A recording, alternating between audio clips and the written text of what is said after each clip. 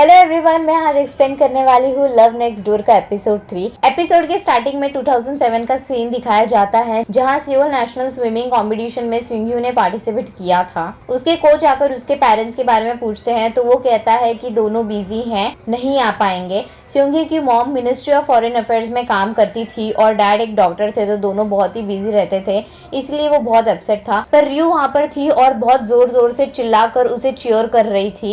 ये देखकर सुंगयू को बहुत एम्बैरेसिंग लगता है। गेम स्टार्ट होता है और सुंगयू जीत जाता है गेम।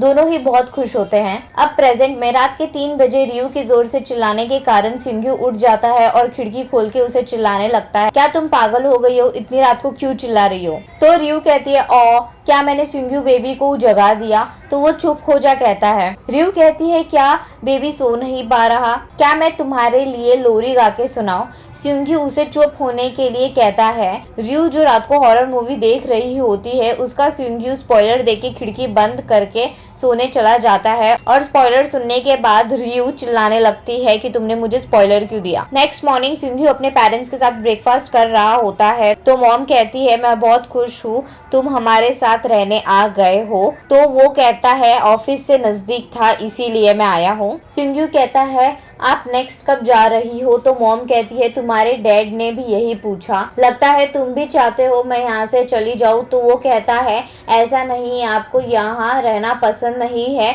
इसलिए मैंने कहा। ये सुनकर मॉम को बहुत बुरा लगता है। वो ऑफिस के लिए निकल जाता है। ऑफिस में सुंगयू को खुशखबरी सुनाते हैं कि उन्हें बहुत बड़े कंपनी से ऑफर आया है रिटायरमेंट कम्युनिटी बिल्डिंग बनाने के लिए। तभी सुंगयू कहता है, पोमेग्रेनेट प्लांट के पत्ते गंदे हो गए हैं। तो मिस्टर यून कहता है, तुम्हें उस प्लांट की पड़ी है। सुंगयू कहता है, किसी ने उस प्लांट पे कर्ज किया है, अगर वो प्लांट के पत्ते सूख जाएंगे तो हमारी ऑफिस भी बंद हो जाएगी। तो मिस्टर यून तुरंत किसी को प्लांट की देखभाल करने के लिए कहते हैं। मिस्टर यून काफी एक्साइटेड होकर सुंगयू से बात कर रहे होते हैं, पर सुंगयू का ध्यान gym remodelling and expansion design competition पे रहता है। दूसरी तरफ रियू की मॉम कहती है कि सुक्रू ज्यादा टाइम तक अनएम्प्लॉयड नहीं रह सकती है। वहाँ रियू का रूटीन चालू हो जाता है। सुबह उठकर वो कंप्यूटर में कुछ करती है, फिर रूटीन के हिसाब से वीडियो गेम्स खेलती है, टेरेस पे रिलैक्स करती है, टीवी देखती है, थोड़ी देर सो भी जाती है। इतना सब करने के बाद भी उसका दिन नहीं कटता है तो वो सुंगयू को कॉल करती है और कॉमिक बुक पढ़ने के लिए बुलाती है। सुंगयू बिजी बोल के कॉल कट कर देता है। रियू कॉमिक स्टोर में बैठी रहती है, तभी मोम आती है। रियू पूछती है, तुम्हें क्या पढ़ना है, रोमांस या मार्शल आर्ट या फिर कुछ और। तो मोम कहती है, ये सब बोरिंग है, कुछ अडल्ट वाले बुक पढ़ते हैं। तो रियू कहती है, तुम तो काफी ब्रेव हो, पब्लिक में ऐसे बुक पढ़ोगी। तो मोम कहती है, मैं वैसे वाले नहीं बोल रही हूँ, मुझे एक्शन वाले पढ़ने हैं जिसमें फ्रेश ब्लड हो, मारधाड़ हो, वैसे वाले। तभी सुंगयू आता है तो रियू उसे इग्नोर करती है। वो कहता है, तुम मुझे हाय भी नहीं बोलोगी। रियू कहती है, तुम तो नहीं आने वाले थे ना। सुंगयू कहता है, मैं तुम्हारे लिए नहीं आया हूँ, मुझे ये बुक पढ़नी थी इसीलिए आया हूँ। तो रियू कहती है, तुम्हें प्रिंसेस वाली बुक पढ़नी थी। वो कहता है, क्या तुम्हें कोई प्रॉब्लम है मेरी टेस्ट से।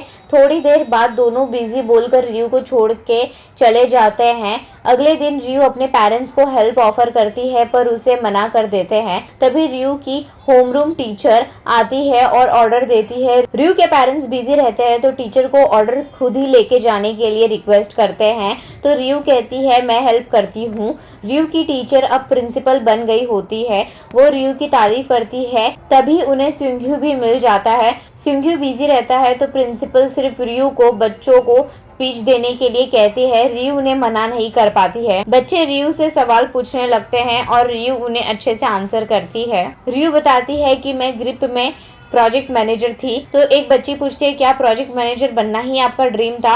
रियू ना कहती है। तो बच्चे पूछते हैं, आपका ड्रीम क्या था हाई स्कूल में। तो रियू सोचने लग जाती है। सुंगयू पूल को देखकर अपना पास्ट याद करता है। स्पीच देने के बाद रियू जा रही होती है, तभी सुंगयू उसे अपने साथ जाने के लिए कहता है पर रियू मना कर देती है। तो वो रियू का कॉलर पकड़ लेता है और उसे जाने के लिए कहता है। दोनों स्कूल के पीछे पेड़ के पास एक कैप्सूल ढूंढ रहे होते हैं। उसमें 10 साल पहले दोनों ने अपने फ्यूचर सेल्फ के लिए एक लेटर लिखा था। रियू कहती है, हम अब क्यों ढूंढ रहे हैं। तो सुंगयू कहता है, हमने अग्री किया था कि हम 10 साल बाद इसे निकालेंगे। रियू का बिल्कुल भी ढूंढने का मूड नहीं रहता है बिकॉज वो एम्बैरेस थी क्योंकि उसने टीचर को सच नहीं बताया और बच्चों को स्पीच भी दे दिया। तो सुंग्यू कहता है पर तुमने सच में ग्रिप में काम किया और वही एक्सपीरियंस शेयर किया है, बच्चे सच में मोटिवेट होंगे। रियू कुछ भी बोले बिना घर के लिए निकल जाती है। सुंग्यू उसके पीछे चला जाता है। रियू घर पे आती है और मॉम को काम करते हुए देखती है पर मॉम उसको हेल्प नहीं करने देती है। रियू पूरे दिन गेम खेलते खेलते भी थक गई थी, उसके पास कुछ भी करने के लिए नहीं था। अगले दिन मोम एक बच्चे को हॉस्पिटल ले जा रही थी। रास्ते में बहुत ट्रैफिक था। मोम स्पीकर से सबको कोऑपरेट करने के लिए कहती है बट कोई भी कोऑपरेट नहीं करता। तभी दानू कार से उतरकर सभी कारों को सिचुएशन समझाता है और रास्ता क्लियर कर देता है। मोम उसका चेहरा नहीं देख पाती पर उसकी टी शर्ट पर I love you mud flats लिखा था वो देखती है। दूसरी तरफ सुंग्यू एक मीटिंग में था जो रिटायरमेंट कम्युनिटी बिल्डिंग बनाने वाले थे। उनका स्टार्टिंग बजट ही 2 बिलियन वॉन था। वो उससे किसी दूसरे का डिजाइन कॉपी करने कह रहे थे पर सुंग्यू को ये सुन के अच्छा नहीं लगता। पार्किंग लॉट में सुंग्यू मना कर देता है पर मिस्टर युन उसे कन्विंस करने की कोशिश करते हैं पर सुंग्यू उनकी बात नहीं सुनता। तो मिस्टर युन कहते हैं तुम्हें सिर्फ पूल की पड़ी है क्योंकि वो तुम्हें पास्ट याद दिलाता है, ये कंपनी की कोई फिक्र नहीं है तुम्हें। ये सुनकर सुंग्यू बहुत अपसेट हो जाता है और वहाँ से चला जाता है। मोम और टिम वापस आते समय उस लड़के के बारे में बात करते हैं। एक आदमी कहता है आखिर वो था कौन, तो मोम कहती है मेरा आइडियल टाइप। तभी मोम के लिए एक फूड डिलीवरी आता है एक लेटर के साथ। ये दानू ने भेजा था। लेटर में थैंक यू लिखा था लास्ट टाइम के लिए। वो सोचते हैं इसे मेरा नाम कैसे पता चला। दूसरी तरफ रियू को एक कंपनी से कॉल आया था। वो उस कंपनी के सीईओ से मिलती है। वो लेडी रियू को एक जॉब ऑफर करती है। रियू जॉब सुनकर ज्यादा खुश नहीं होती है क्योंकि जैसा काम वो ग्रिप में करती थी वैसा ही काम था। सुंग्यू रियू को एक लेडी के साथ बात करते हुए देख लेता है और वो उसका बाहर निकलने का वेट करता है। जैसे ही रियू बाहर आती है वैसे ही वो उससे पूछता है तो रियू बताती है कि उसे एक जॉब ऑफर आया है, वैसा ही काम है जैसा मैं ग्रिप में करती थी। सुंग्यू पूछता है क्या तुम्हें ये जॉब करना है। रियू कहती है काम तो काम होता है। तो वो कहता है तू वो कर जो तुझे करना है, तू तो ये काम करके थक गई थी और इसीलिए यहाँ आई थी ना, तो तुझे वापस से वैसा काम क्यों करना है। रियू कहती है तुझे इसे क्या। सुंग्यू कहता है मैं तुझे अच्छे से जानता हूँ, जब तू काम करना चाहती है तो तू बहुत एक्साइटेड रहती है और तेरे आंखों में चमक दिखती है जो मुझे अभी नहीं दिख रही। तू बस अपने ड्रीम्स को फॉलो कर। रियू कहती है ड्रीम्स देखना मैं अफोर्ड नहीं कर सकती। ड्रीम सिर्फ वही देखते हैं जिनके पास दूसरा चांस रहता है फेलियर के बाद, जो एक लग्जरियस लाइफ जीते हैं। तुझे क्या पता होगा क्योंकि तूने भी ऐसी ही लाइफ जी है, लग्जरियस वाली। तब सुंग्यू कहता है मुझे पता है, मैं भी ऐसी सिचुएशन से गुजर चुका हूँ, तू जानती है ना, मुझे लगा तुझे याद होगा। ये कहकर वो वहाँ से चला जाता है। वो घर जाकर अपने मेडल्स देखता है। तब फ्लैशबैक आता है 2008 का। सुंग्यू का सिलेक्शन हो गया था 2008 ओलंपिक्स के लिए। रियू ने एक टॉवल गिफ्ट किया था जिसपे लिखा था गो फॉर द गोल्ड। ये देखकर वो बहुत खुश होता है। वो अपने ट्रेनिंग के लिए जा रहा था। रास्ता क्रॉस करते समय एक कार ने उसे टक्कर मार दी और वो घायल हो गया और उसका एथलेटिक करियर खत्म हो गया था। Now present. रियू को जब सब याद आता है तो उसे बहुत बुरा लगता है। वो सुंग्यू को सॉरी कहने के लिए खिड़की के पास जाती है पर उसकी हिम्मत नहीं होती है। नेक्स्ट डे रियू स्कूल के पास बैठकर सोच रही थी। जब एक स्टूडेंट ने उसके ड्रीम के बारे में पूछा था तब रियू ने बोला था हाई स्कूल के टाइम पे मुझे सब में फर्स्ट आना था, यही मेरा ड्रीम था।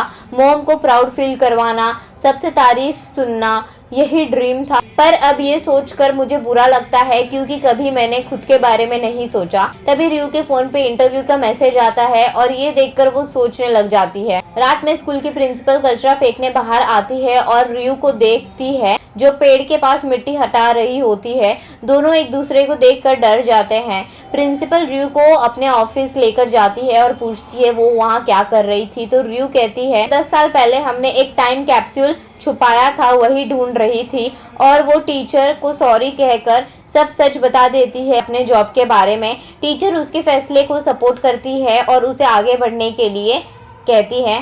टीचर बताती है शायद सुंग्यू पुल के पास है तो तुम जाके मिल सकती हो। तो रियू पुल के पास जाती है जहां सुंग्यू उसका लेटर पढ़ रहा था क्योंकि सुंग्यू ने वो कैप्सूल निकाल लिया था। वो जोर जोर से उसका लेटर पढ़ने लगता है और रियू एम्बैरेसमेंट के मारे उसके पीछे भागने लगती है। तभी सुंग्यू पूल में कूद जाता है टाइम कैप्सूल के साथ और उसे पूल से ही कैप्सूल लेने को कहता है। रियू कहती है तुम्हें पता है मुझे स्विमिंग नहीं आती। सुंग्यू कहता है स्विमिंग छोड़ने के इतने सालों बाद मैं पूल में आया हूँ और बहुत अच्छा लग रहा है, पर क्या तुम्हें याद है एक्सीडेंट के बाद मैंने खुद को कमरे में कई महीनों तक बंद कर लिया था। तभी फ्लैशबैक आता है। सुंग्यू एक्सीडेंट के बाद डिप्रेशन में चला गया था। रियू उसे कभी भी अकेले नहीं छोड़ती थी, हमेशा उसके पास रहती थी, उसे खुश करने का कोशिश करती थी, उसके लिए उसके मनपसंद कॉमिक्स बुक्स ले आया करती थी। पर सुंग्यू उसे रूम से बाहर कर रूम लॉक कर देता है और फिर से बिस्तर पर लेट जाता है। तब रियू रूम की चाबी लेकर उसके रूम में आ जाती है। सुंग्यू उससे चाबी लेकर फिर से उसे रूम से बाहर निकाल देता है, पर रियू हार नहीं मानती और सीढ़ी लगाकर खिड़की के तरफ चढ़ने लगती है। अचानक से खिड़की खुलने की वजह से रियू का बैलेंस बिगड़ जाता है और गिरने लगती है, लेकिन सुंग्यू उसे पकड़ लेता है और रियू उसके रूम में आ जाती है। सुंग्यू उस पर चिल्लाने लगता है कि तुम पागल हो गई हो क्या, तुम मर सकती थी। तो रियू भी चिल्लाती है फिर तुमने दरवाजा क्यों लॉक किया बेवकूफ, तुम्हारी वजह से मैं आज मर सकती थी। सुंग्यू कहता है मैंने तुम्हारी जान बचाई है और तुम मुझसे ऐसे बात कर रही हो, तुम पागल हो। फिर दोनों में ही बहस स्टार्ट हो जाती है। सुंग्यू उसे जाने के लिए कहता है तो रियू कहती है अगर मैं चली गई तो तुम वापस से एक लूजर की तरह दीवार को देखते रहोगे। इसके बाद दोनों एक दूसरे को गाली देने लगते हैं। तब रियू कहती है क्या तुम्हें बेटर फील हो रहा है, आज 1 महीने बाद तुम्हारी आवाज सुनी है। तब रियू एक कुल्हाड़ी अपने बैग से निकालती है और कहती है अगर तुमने वापस से रूम लॉक किया तो मैं दरवाजा तोड़ दूंगी, और वहां से चली जाती है। सुंग्यू इतने टाइम बाद हंसता है। बैक टू प्रेजेंट, तुम कितनी बेफिक्र हुआ करती थी, तो अब ऐसे बोरिंग मत बनो। तो रियू कहती है जो तुमने कहा है उसे वापस लो। रियू पूल में कूद जाती है पर उसे स्विमिंग नहीं आती थी तो वो बचाओ बचाओ कहती है। सुंग्यू उसे पकड़ लेता है और उसे काम करने की कोशिश करता है। वो पानी में रिलैक्स नहीं हो पाती है और डूबने लगती है और उसको भी डुबाने लगती है। बहुत मेहनत से सुंग्यू उसको तैरना सिखाता है। रियू कहती है मैं बहुत नर्वस थी, मैं बहुत टाइम से कंपनी छोड़ना चाहती थी, मुझे आराम करना था और एक नई जिंदगी की शुरुआत करनी थी, पर मुझे लगता है मैं ग्रिप के बिना कुछ भी नहीं हूँ। ऐसा लगता है सबकी लाइफ आगे बढ़ गई है और मेरी ही रुक गई है। सुंग्यू कहता है मुझे भी ऐसा ही लगता था जब मैंने स्विमिंग छोड़ी थी, मुझे लगता था कि मुझे ऐसी जगह नहीं मिल पाएगी जहाँ मैं फ्रीली स्विम कर पाऊंगा, पर रियू कहती है तुझे मिल गई। सुंग्यू कहता है हाँ, जब मुझे मिल गई तो तुझे क्यों नहीं मिलेगी। रियू पूछती है क्या मुझे सच में मिलेगी। रियू कहती है मान ले वापिस से तू स्विम कर सकता तो तू आर्किटेक्टर रहता।